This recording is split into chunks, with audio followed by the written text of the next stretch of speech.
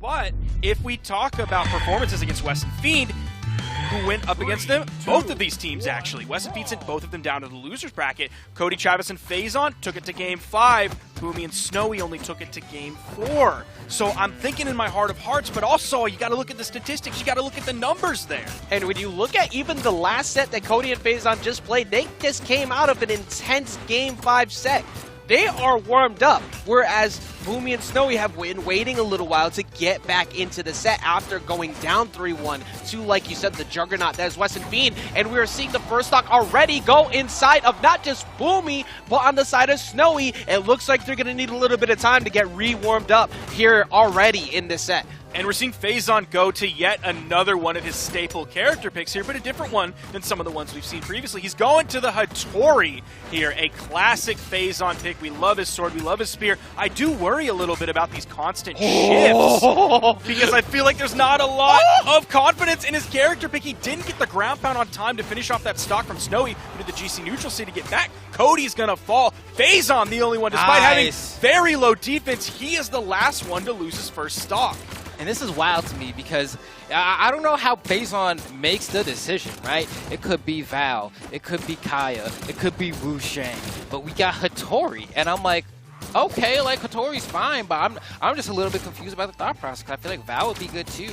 Kind of the pick I thought you'd always like start with. Like we think Phazon, you think Val, but despite that, they're still trying to make it work here as Boomie and Snowy have been taking quite a bit of damage here. And we just watched as Snowy got sent down to his last stock. Well, the Hattori definitely seemed like the right pick because the spear play was dominant in that, especially in that last stock. Got so much damage, found the recovery KO off the top. We're going to see the KO come in on the side of Cody, Travis as well. They're keeping that lead. They're keeping the damage going. And Boomie and Snowy look like they're waking up a little bit, but they still have a lot of time to work with. Here he comes sliding in through, though, just missing. If that would have gotten a knockout, that would have been a much better shot. They haven't been taking as much damage of late, Sparky, though. It looks like they're starting to get that warm-up.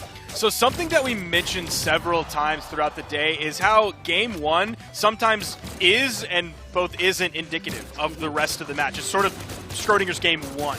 It doesn't matter at the same time until you really see the end of the game. And you see building up damage onto Cody Travis, but he's still alive. Look at Phazon. He's actually now passed in terms of damage Snowy, and he might be past Boomie in terms of damage very soon as well. But that could lead to the option Phazon is taken out of the game. Best case scenario, that's a 2v1, but it's a 2v1 against Cody, who we've seen not only in past history do the 1v2s where he's the one, but bro, we literally saw him today. Cody won 8 interactions in a row before he finally got hit. That's how good Cody was running. He caught every dodge, every runaway attempt that Boomie had. They finally lose the stock, but on the side of the red team, something that did happen is they got Phazon down to his last and deep in the red. So this game is all of a sudden much more doable because Snowy has not taken as much damage of late, trying to send him off stage, finds the opportunity, goes for the ground pound, and he misses out on Phazon. Phazon getting back on stage, Flambeau. Yeah, no, Phazon luckily didn't get caught by that gravity cancel D-Light because that's what Snowy wanted. He wanted to KO Phazon and get that D-Light recovery, but he was just out of the range of that attack. But now it's really anyone's game. You see Cody go for the N-Light, and that's going to be a combo into the Sayer. Gets a KO on the left side in the time that Cody Travis is spent trying to make back to the stage. And now Cody has to weave his way through somehow, and the ceiling is pretty high on this stage. So he's going to have to go for a horizontal KO. You saw the neutral air coming out from the Axe. Didn't send him too far. Not going to have a lot of variable force on that. Not a KO move. Cody has blasters in his hands, gets the side air. That is certainly a KO. Goes through the sideline side air and gets it. A Cody Travis 1v2. I don't even know why I'm raising my voice. That's normal for him. Why should we even be excited? That's just another day at the office. We said it earlier. You said, oh, Cody Travis has got to get, well, actually, I said it. He has to get the best 2v1 we've ever seen because he was down 4 stocks this time. And you're like, well, that's not even an unreasonable ask. He just always clutches out these spots. That was after we Boomie and Snowy woke up. They had everything working in their favor the last few stocks. But Cody just knows how to clutch it out. That history that you're alluding to, Flambeau, he's been there. He understands how to do it. He is one of the best in that situation to not crumble. And also, like, being in a last stock scenario against Cody's blasters specifically, like, yeah, if it's Barraza, he might throw some stray Sayers, maybe a down Sig, right? That can be a little scary. But when he's on that blasters, like, there's still no one in the game that plays blasters the way Cody does. And you have to like adapt your brain to the 1v1 mindset so quick in a scenario like that to be like, I'm not just going up against blasters, I'm going up against Cody's blasters. And they did not have enough time to figure that out. The one thing I will say though is that Crystal Temple is a stage that most players don't like. Usually we don't get to see a whole lot of this stage because they're always banning it, but we had our game 1 on this stage, which is surprising to me, and we actually are going back here, to my surprise. Boomie does not like this stage. I've heard him like say several things about completely disliking this stage, so I'm not really sure why this is being left open and why we're going yet again to this stage, but maybe it's just Boomie thinking that the axe on his team is better than the axe on the other team. Oh my gosh. Less than 40 seconds into the game, and we have a full team wipe on the blue team. But I do want to look back just for a moment at that sidelight side air from the end of the game last game. Cody Travis, extremely damaged. A D-Light recovery, true combo, KO combo. Also, if you miss that D-Light, you're locked into those 3 shots. Bang, bang, bang. The sidelight, okay, what do you expect after that? You don't really expect him to always go for the Sair immediately. That could be risky, but he went for it. Yeah, and it's one of those things as well where it's like, you don't think, like, you're like, a dodge here would be kind of obvious, right? Like, he sidelighted me. If I dodge, he's probably waiting for me to dodge, and then he's going to Sair me. So then it's like, he's not going to do the immediate sidelight Sair. And then you're like, oh, it really do be that simple sometimes.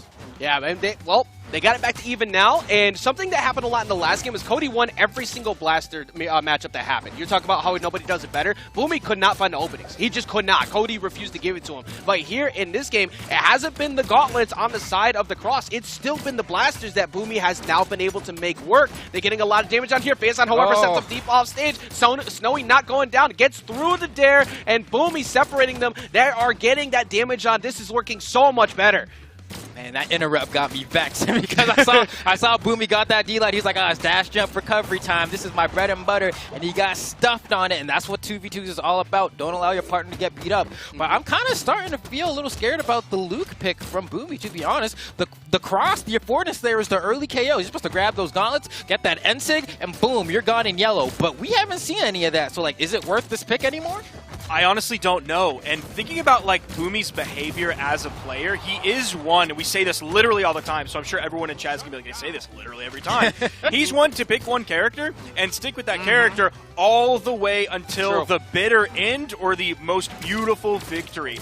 I don't know if that's going to be a different option. LAN is a different beast. Boomie has grown a lot since the last time he's been at LAN, so I don't know, but honestly, I don't think he's going to make the change unless it's an absolute stop. Beautiful ground pound. Phazon goes down. Might have been all for naught. At least he saves Cody, and let's see. Who do you want in the 1v2?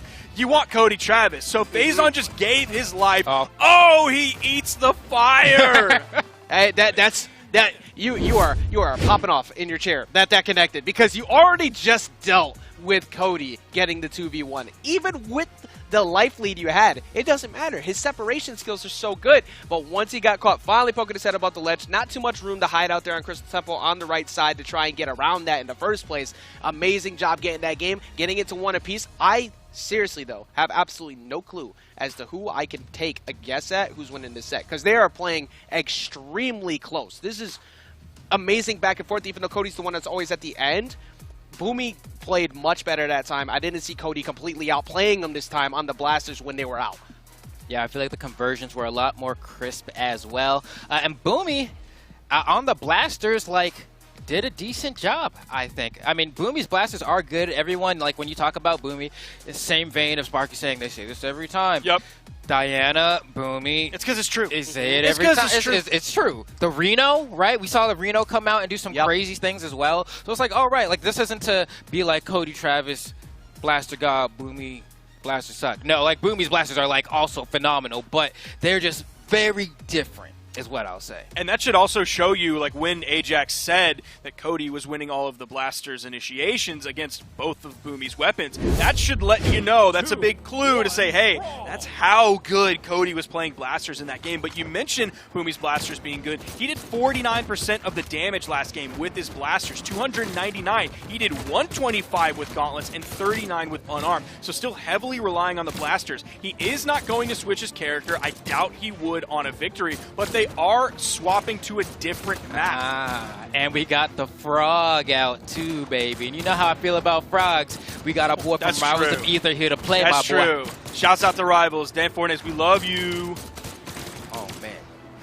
But with that going, though, we're hopping right into game number 3, and we're seeing Phazon on the Wushang Epic crossover skin, right? We said, Chun-Li, we've seen too much Chun-Li today. Let's go ahead and get some frog action. And so far, it's looking like Phazon's actually going to be the first one to lose that stock. It's going to be Cody probably following suit here, manages to get a touch on the wall as we watch as Snowy gets sent to the side there on the doll sim. But it's a little bit haphazard right now. I'm trying to see who's going to be able to push this a little bit further. Blue team trying to go ahead and secure one of the stocks of the red, but they're not able to find the blow. Misses the guaranteed conversion on the recovery there as well. I think the reason why they're not been able to find the blow is someone we haven't talked about much over the past couple games, because it's been basic activity. Is Snowy, who in this game so far has been interrupting, he found the first stock, and he looks like he's playing much better so far. Boomie loses the first stock, but he's playing right in the range to try and interrupt as much as possible. Like right there, trying to get in the middle of everything, but Boomie took a lot of damage. Snowy is going to need to keep playing like that, holding on to the stock, hopefully to counteract this Wushang counter pick as we see him go off to the side.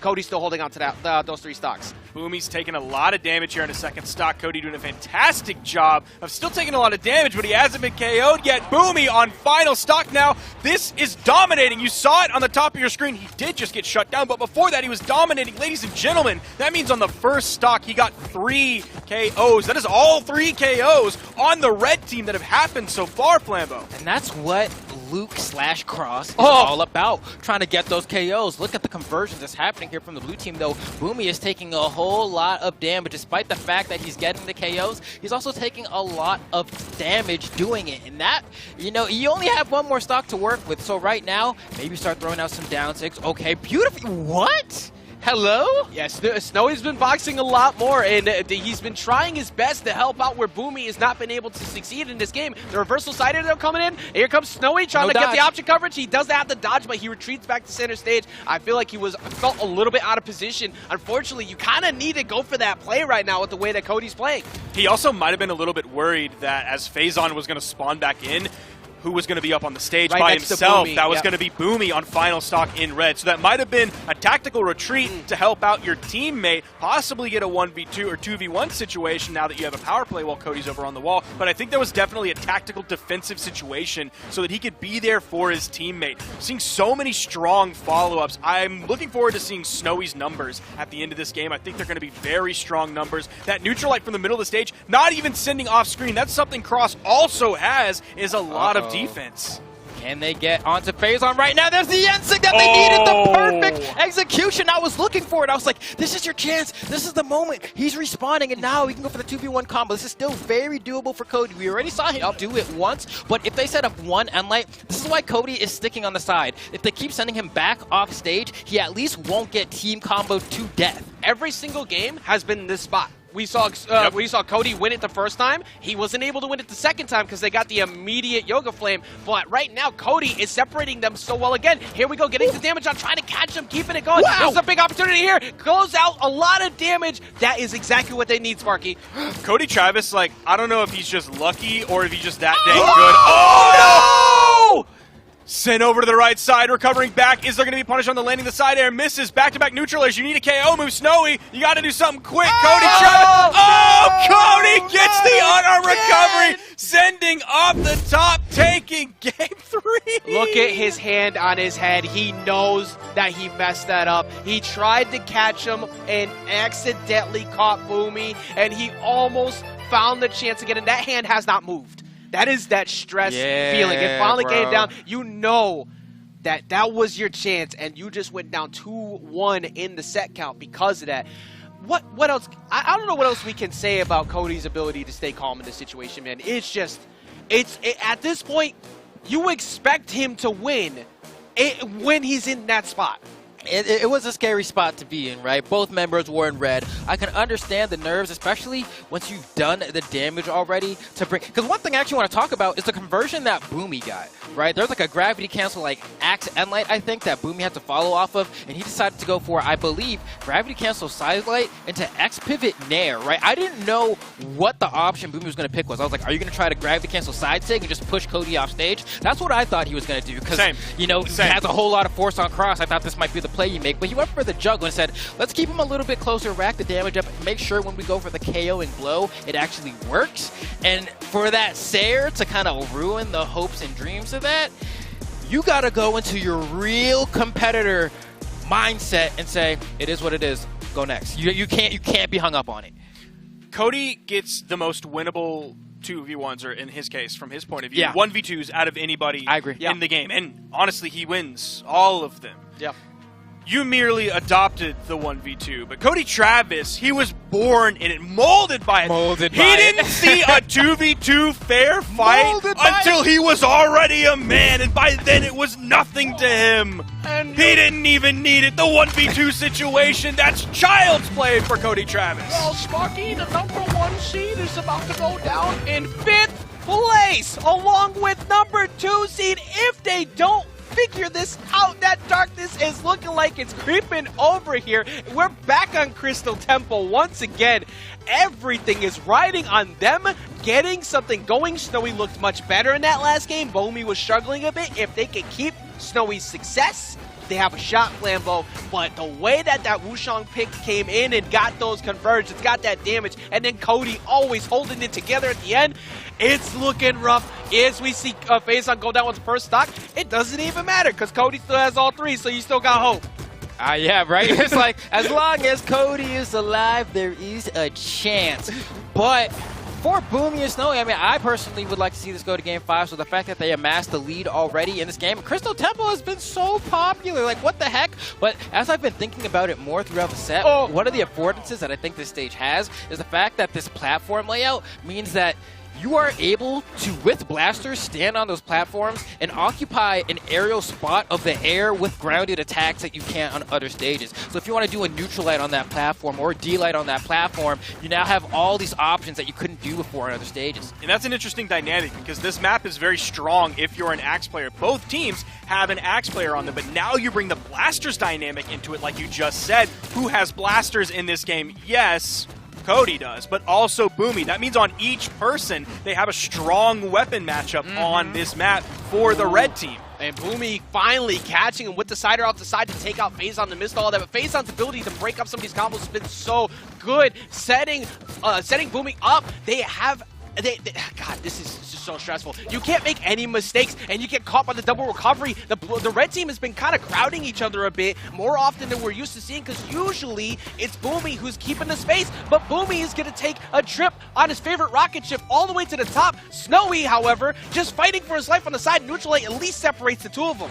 Now, you bring up crowding each other, and I think you're exactly right. That made me look back at the numbers. Looking at the team damage, Snowy did 84 team damage. Talking about the 18 damage from Boomie, 49 from Cody Travis, and 13 from Phazon. Snowy is doing more damage to his teammate himself than the opponents and his teammate are doing in terms of team damage total. So I think you're exactly right with that.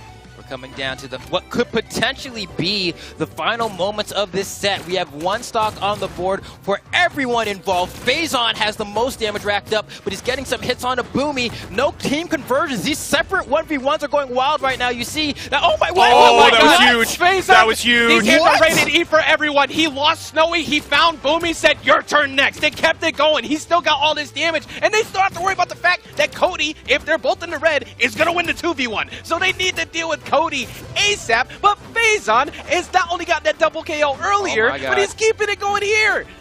We are so deep into this game. Everybody's in the red. Snowy still holding on. No major pressure off stage on the left side from the blue team. They don't want to put too many cooks in the kitchen. There might be some team damage coming out. Ooh, Boomie's coming out with those side signatures. That's going to be a punish. Boomie taking out our Cody and Phazon. Gonna move on. Yes, they are. Number 1 and number 2 seeds of Mid-Season Championship 2s have now exited the bracket. courtesy of one Cody and Phazon, courtesy of Simple and Fozy. Nobody's predictions were safe. Nobody is safe in this bracket. And Cody and Phazon proving once again why they always deserve to be in that conversation with that performance just now.